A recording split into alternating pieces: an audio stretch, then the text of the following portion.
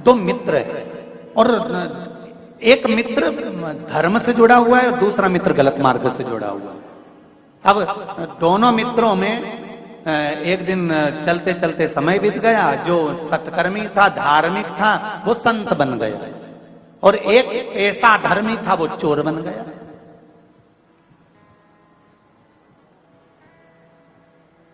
एक संत बन गया, दूसरा चोर बन गया।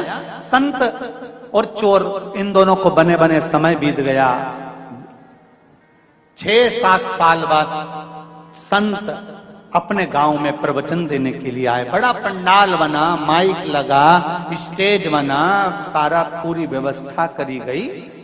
और व्यवस्था करने के बाद संत प्रवचन देने के लिए बैठे तो इसका मित्र जो चोर था वो भी कथा सुनने के लिए आ गया। उसने सोचा यार बहुत दिनों के बाद मेरा दोस्त आया है और बहुत नाम सुना है उसका, बहुत प्रचलित हो गया, चलो जरा अपन भी चलते हैं। वो भी कथा सुनने बैठ गया। कथा चलते चलते चलते चलते कथा विराम पर आई और कथा में महाराज जी ने कह दिया, संत ने कह दिया कि मुझे यहाँ पर सभी भक्तों के लिए, गरीबों के लिए एक हॉस्पिटल का निर्माण करना है। पैसा जितने लोग बैठे हैं सब इकट्ठा करो। और डलिया भेज दी महाराज जी ने। लोगों ने उसमें पैसा डालना प्रारंभ करा। इसके पास भी डलिया आई, चोर के पास। इसने भी 10,000 रुपए निकाल लिए। बस डालने ही वाला था, इतने में इसके मन में आया कि बताओ अलाउंस हो रहा है, इतना सारा डलते जा रहा है, 5 लाख, 10 लाख, 15 लाख इकट्ठा हो गया, तो मैं 10,000 काय को दूं। 5 रख लिए, 5 निकाल लिए।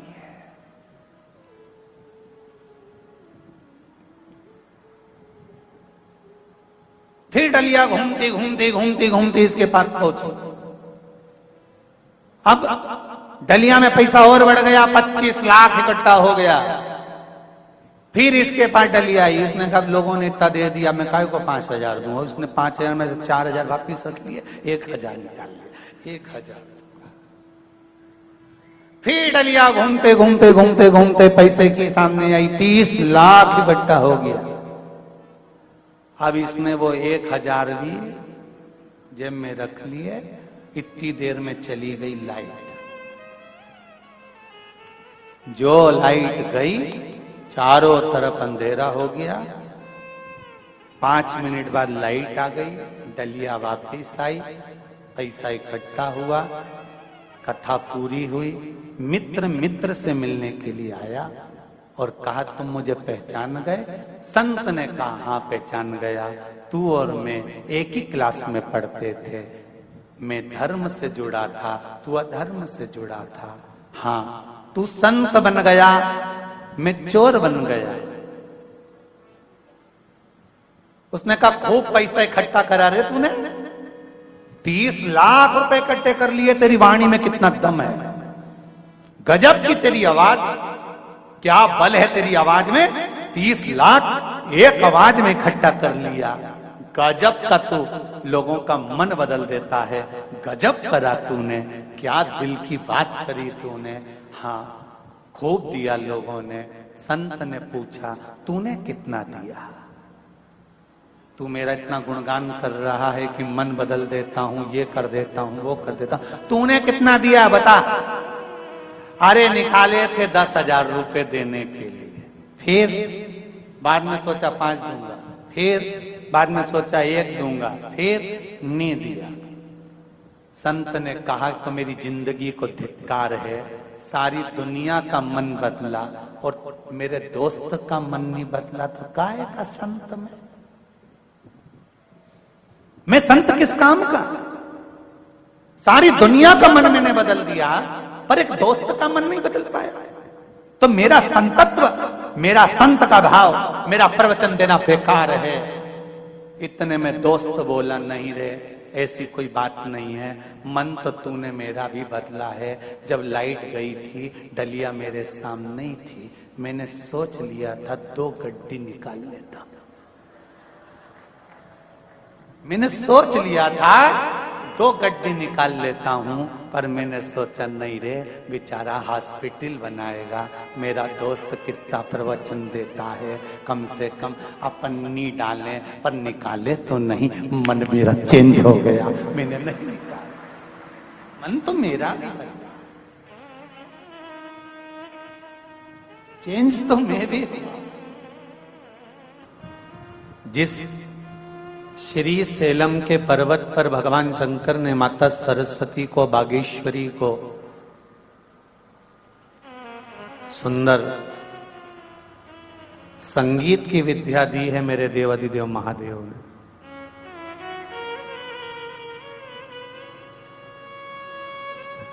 अगर माता को स्वर की देवी बनाया है तो मेरे देवाधिदेव महादेव ने बनाया है। मेरे नारायण को अगर लक्ष्मी प्रदान करी है तो मेरे देवाधिदेव महादेव ने करी है। 9 ग्रहों को अगर मंडल में ले जाकर विराजमान करा, देवतुल्य बना दिया, पूजन के अनुकूल बना दिया, तो वो मेरे देवाधिदेव महादेव ने बना दिया। ब्रह्मा ब्रह्मलोक में रहते हैं, भगवान विष्णु वैकुंठ लोक में रहते हैं, पर मृत्यु लोक का अगर कोई देव है तो देव अधिदेव महादेव है। जो किसी को भी, एक जो करीब में रहता है ना, जो साथ में रहता है, जो अपने पास में रहता है ना, वो जो नजदीक रहता है, हम उसको पहचानने में बड़ी देरी कर देते हैं।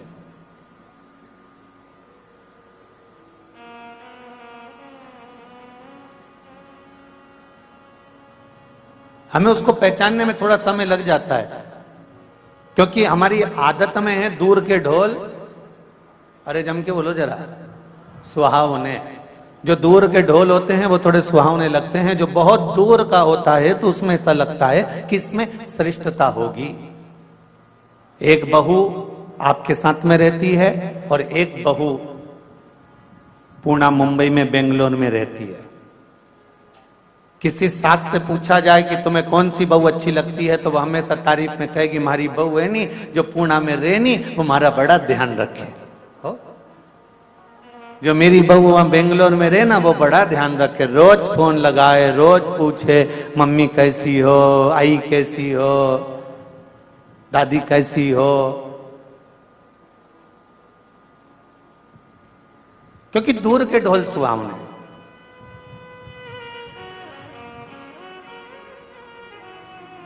और वो बहू को मालूम है कि सास को कैसे प्रसन्न करना है। अपने को जाना ही कितने दिन के लिए, दिवाली और दशहरा,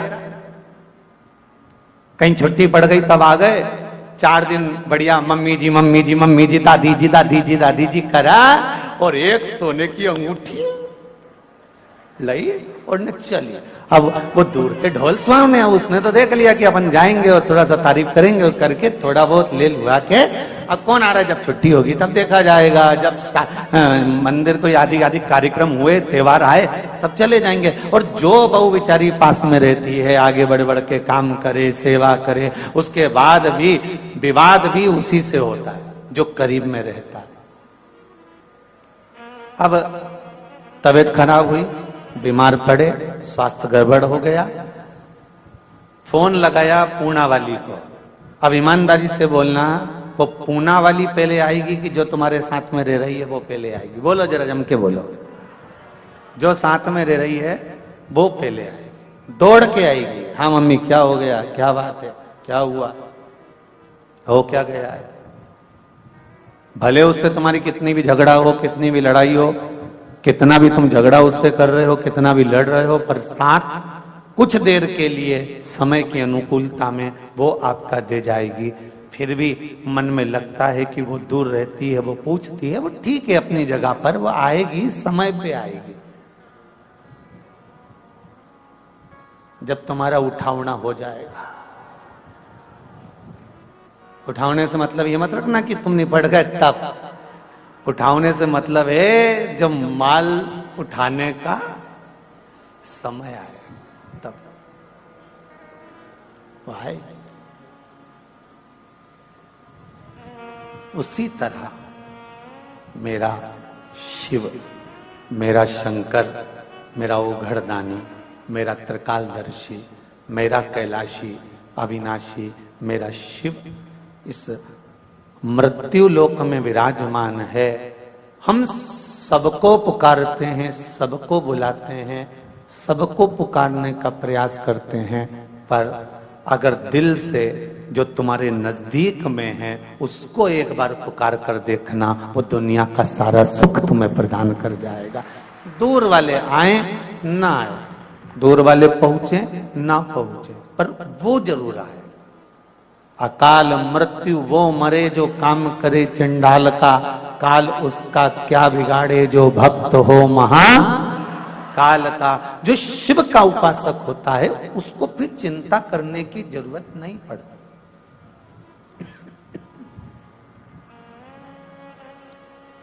शिव उपासक को फिर कोई चिंता नहीं रहती।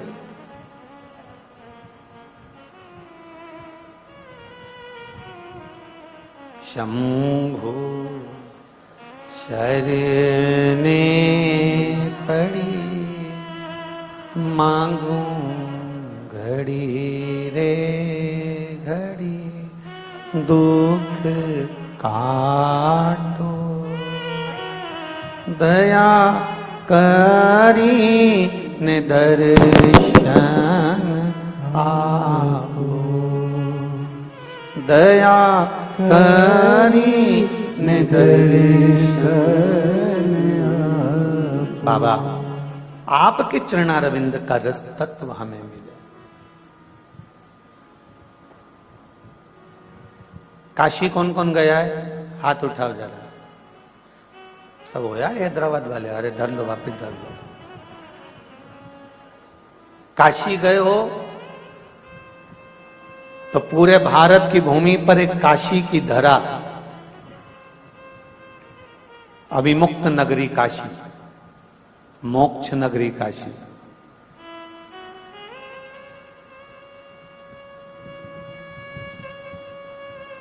जहां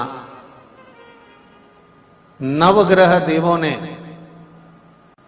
भगवान शंकर की आराधना करी और शिव की आराधना से शंकर भगवान के एक एक शिवलिंग का निर्माण कर कर उसका पूजन किया, और पूजन कर कर भगवान शंकर से वर प्राप्त किया कि हमें ऐसा वर दो कि हम भी देव तुल्य बनकर पूजा जाएं। वो काशी की धरा पर भगवान शंकर ने एक एक ग्रह को एक एक वर प्रदान करा, और सबसे मूल वर ये दिया कि तुम भी देव बन जाओगे और देवताओं के रूप में पूजाओगे, और उनको भी विराजमान कर दिया। ये काशी की धरा पर।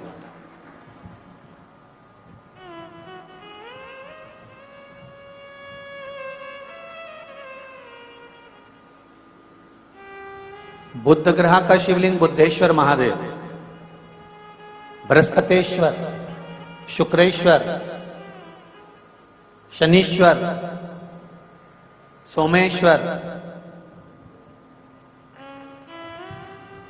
नवग्रह देवता के एक एक शिवलिंग का निर्माण नवग्रह देवता ने किया। अपने अपने शिवलिंग का निर्माण कर कर उसका पूजन किया, पूजन कर कर उसकी आराधना करी, शंकर भगवान से वर प्राप्त करा। आज भी काशी की धरा पर नवग्रह देवताओं ने जिस शिवलिंग की पूजन करी थी, वो शिवलिंग आज भी काशी की धरा पर विराजमान।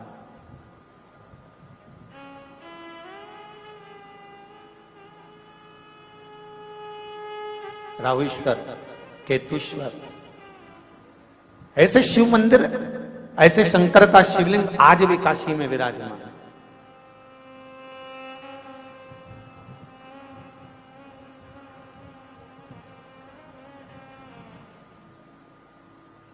और जब जब किसी का दिल दुखता है, जब जब किसी का मन दुखता है, जब जब किसी के हृदय में अगर दुख का अनुभव होता है, तो शिव महापुराण की नवग्रह शिव महापुराण की कथा कहती है, जैसे शुक्र देवता का हृदय दुखा, शुक्र देवता का मन दुखा, तो उन्होंने शंकर की शरण ली, शिव की शरण।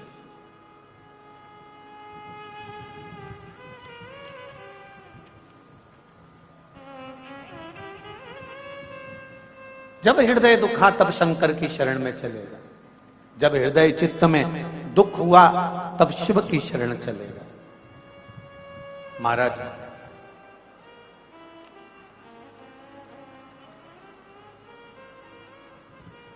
पुराणों के अनुसार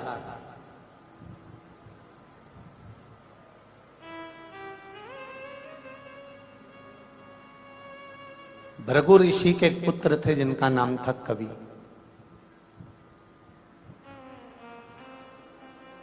जिनको शुक्र कहा गया। ग्रहों में जो शुक्र ग्रह है वो भृगु ऋषि के पुत्र के नाम से। भृगु ऋषि के जो पुत्र हैं कवि, वो शुक्र ग्रह बने।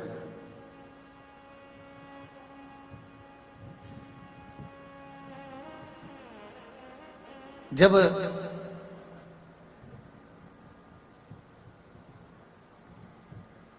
माता ख्याति के गर्भ से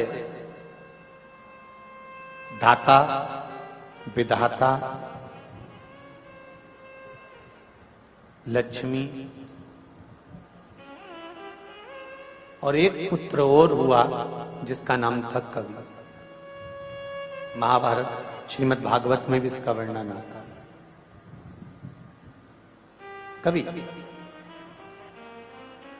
जब भृगु बामा ने देखा तो उन्होंने उसी समय पर एक विचार किया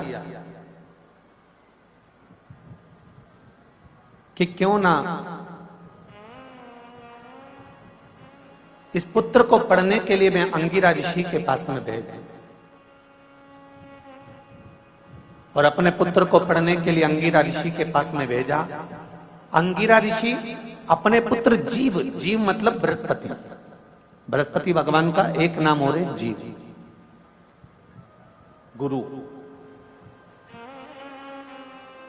अंगिरा ऋषि के पास में अपने पुत्र कवि को पढ़ने के लिए भेजे, विद्याध्ययन के लिए भेजे। अब कवि और अंगिरा ऋषि का पुत्र, ये दोनों जीव साथ पढ़ने लगे। अंगिरा ऋषि इनको पढ़ाने लगे, विद्याध्ययन कराने लगे, पर समय की अनुकूलता ऐसी होती है कि अंगिरा ऋषि ने अपने पुत्र जीव पर ज्यादा ध्यान दिया, उसको पढ़ाया भी, उसके लिए समर्पित भी रहे।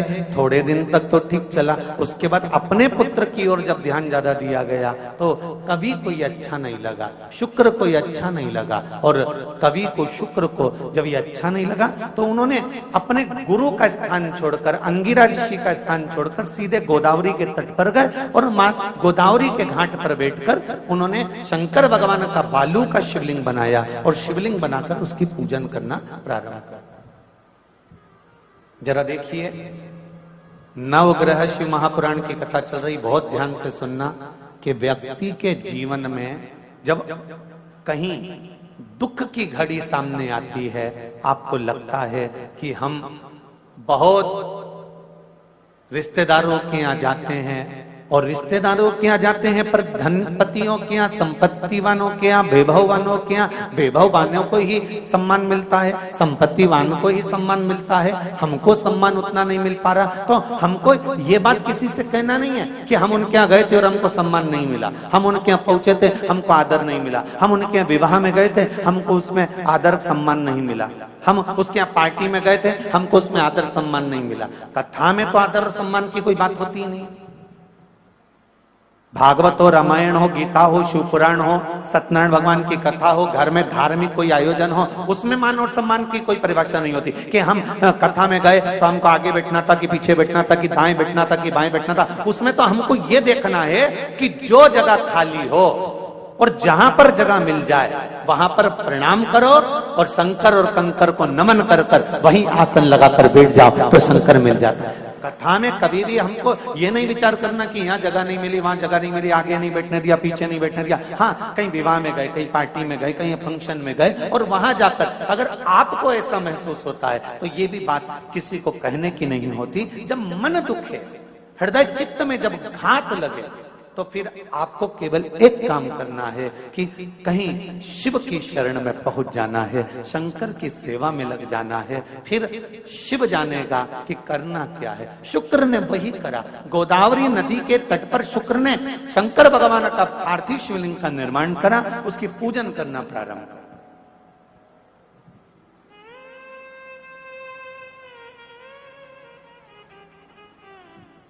और जब पार्थिव शिवलिंग का पूजन करना प्रारंभ करा, शंकर भगवान ने कृपा दृष्टि कर दी। मांगो, तुम्हें क्या चाहिए? आपकी कृपा।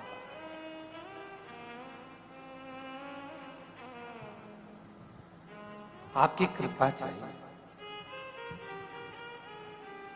शुक्र, कभी तुमने मेरी आराधना करी है, मैं तुम्हें वर प्रदान करता हूं। एक मंत्र मैं तुम्हें देता हूं, दुनिया के लोग उसे संजीवनी मंत्र कहेंगे।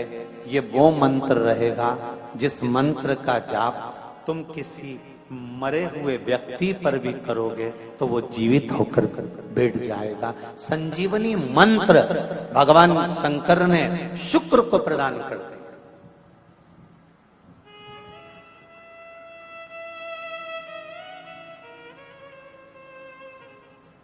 संजीवनी मंत्र। और संजीवनी मंत्र जब भगवान शंकर ने शुक्र को दिया और शुक्र ने उस मंत्र का स्मरण करना प्रारंभ करा, तो शुक्र के पास में तो आनंद की अनुभूति हो गई बिना मांगे। शंकर भगवान से शुक्र ने यह नहीं कहा कि मुझे यह मंत्र देना, पर शिव ने दे दिया। और शंकर कभी भी थोड़ा नहीं देता, देता है तो बहुत में देता है।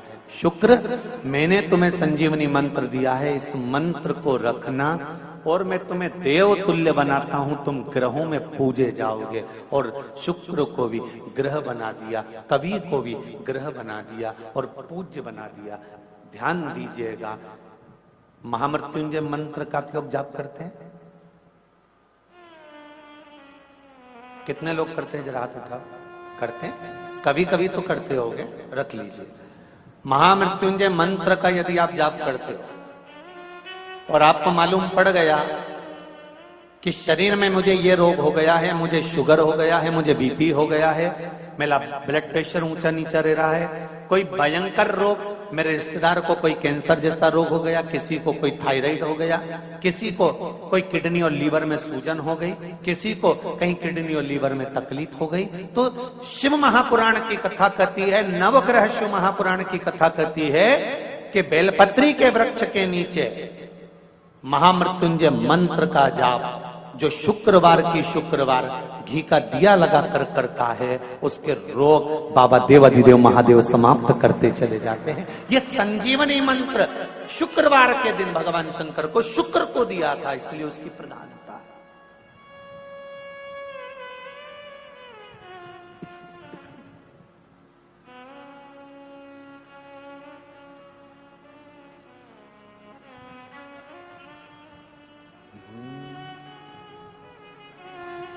ये वो संजीवनी मंत्र।